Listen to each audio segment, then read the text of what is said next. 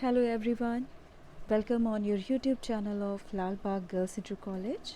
This is Jyoti Singh, class 9. I hope you all are enjoying video classes. So children, today I have taken a topic which is called permanent tissue. In my previous lecture, you have learned about the types of plant tissue, in which you have read about the two types. That means plant tissues can be divided into two types. First was the meristematic tissues and second was the permanent tissue. And you have learnt about the meristematic tissues, and today we will talk about permanent tissue. So children, let's start with the permanent tissue. So permanent tissues are those tissues in which the growth and division capacity has been stopped. So before you understand this major point about the permanent tissue, I want to tell you something very important about the plant parts and its vital functions. So children, different parts of the plants have to perform different vital functions. And what are vital functions? Vital functions are very important functions which are necessary for life. That means respiration, transportation, excretion, etc. These all are called as a vital functions. So different parts of the plants have to perform different vital functions. So these cells formed by the meristematic tissues lose their ability to divide. Okay, so children, meristematic tissues lose their ability to divide. That is why here permanent tissues are arises. So such cells give rise to permanent tissues. So we can say permanent tissues are formed by the differentiation of meristematic tissues, or in simple terms we can say permanent tissues are arises from the meristematic tissues.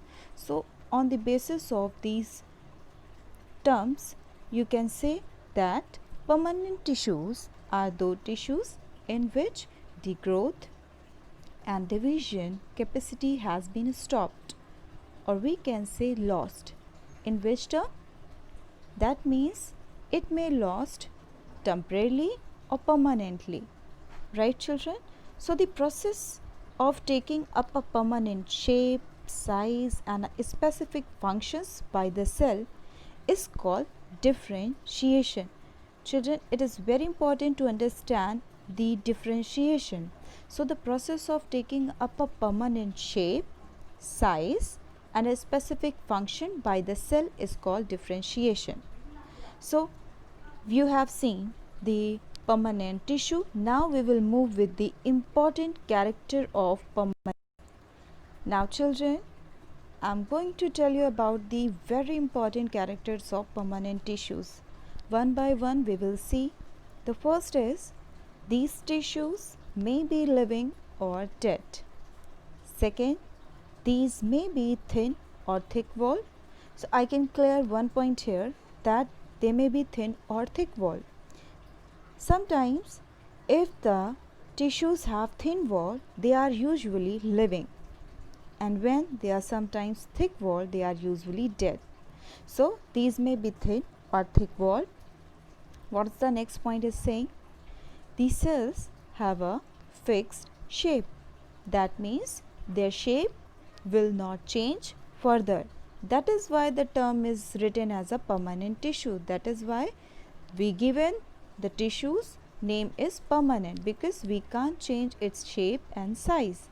They are permanent. If they mature, if they made from the meristematic tissue, whatever the shape, whatever the size they bear, it will be permanent for the life. Now the next point is saying the living cells have no or very poor division capacity. So children, don't be confused. Here the term is written as a living cells.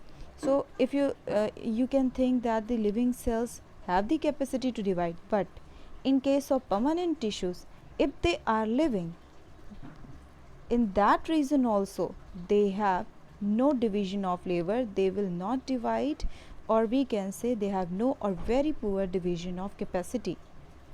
All right, move with the next last point. Intercellular spaces are often present. What are intercellular spaces? The intercellular spaces are the space present between the two or more cells.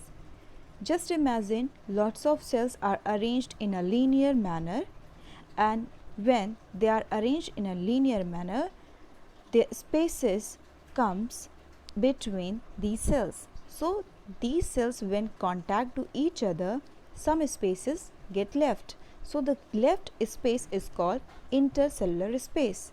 So intercellular spaces are often present in case of permanent type of tissues. Right, children? So these are the very important characters of permanent tissues. Now we will move with the question, very important question for you. So children, I have given you one question. Why the cells are of different types? Why the cells are of different types? Why we need different type of cells in human, in multicellular organism? Yes, reason is here. Cells are of different types because they are specialized to perform different functions in the plant body. This specialization helps the plant organ to work effectively. You can understand with the help of your kitchen example. If I give you a one example of your kitchen, that in your kitchen shelf lots of spices are there, and each and specific spices have a definite function and it gives a different taste in the food, right? So if salt do the same function as spices do, or spices perform the same function as salt do, what are the importance of the spices or the salt? There will be no importance of the spices and salt. So it should be their function and work should be different, right? And you can understand with your body also. You have a legs, you have a hands, you have a eyes, you have a different body parts, and different body parts have a different functions. Like eyes have a vision part, so I can vision, I can see these things, but ear can't do. But ear can listen the words, can listen the voices of the surrounding of yourself. But vision and hearing both are different functions, and for performing these two different functions you have a different organ. So likewise we have a different cells in a plant body also for performing special functions. So this specialization helps the plant organ to work effectively. As you know, you have a legs, you have a hand, and you can do your work effectively. Just imagine those person who have not their legs, who are not their hands, they can do their work effectively? No. But if they have a proper body parts, they can do work effectively. So for this reason, work effectively, the differentiation has come in the plant body and in animal body also. So I think this was very interesting to you, right, children? So this is important question. You can write in your copy, you can make a notes or full video, and keep making notes in your in a proper biology copy, children. And if you get any query, you can ask any time, and in the comment box you can write your queries also. So thank you for watching this video, children. We will meet again in the next lecture. Thank you.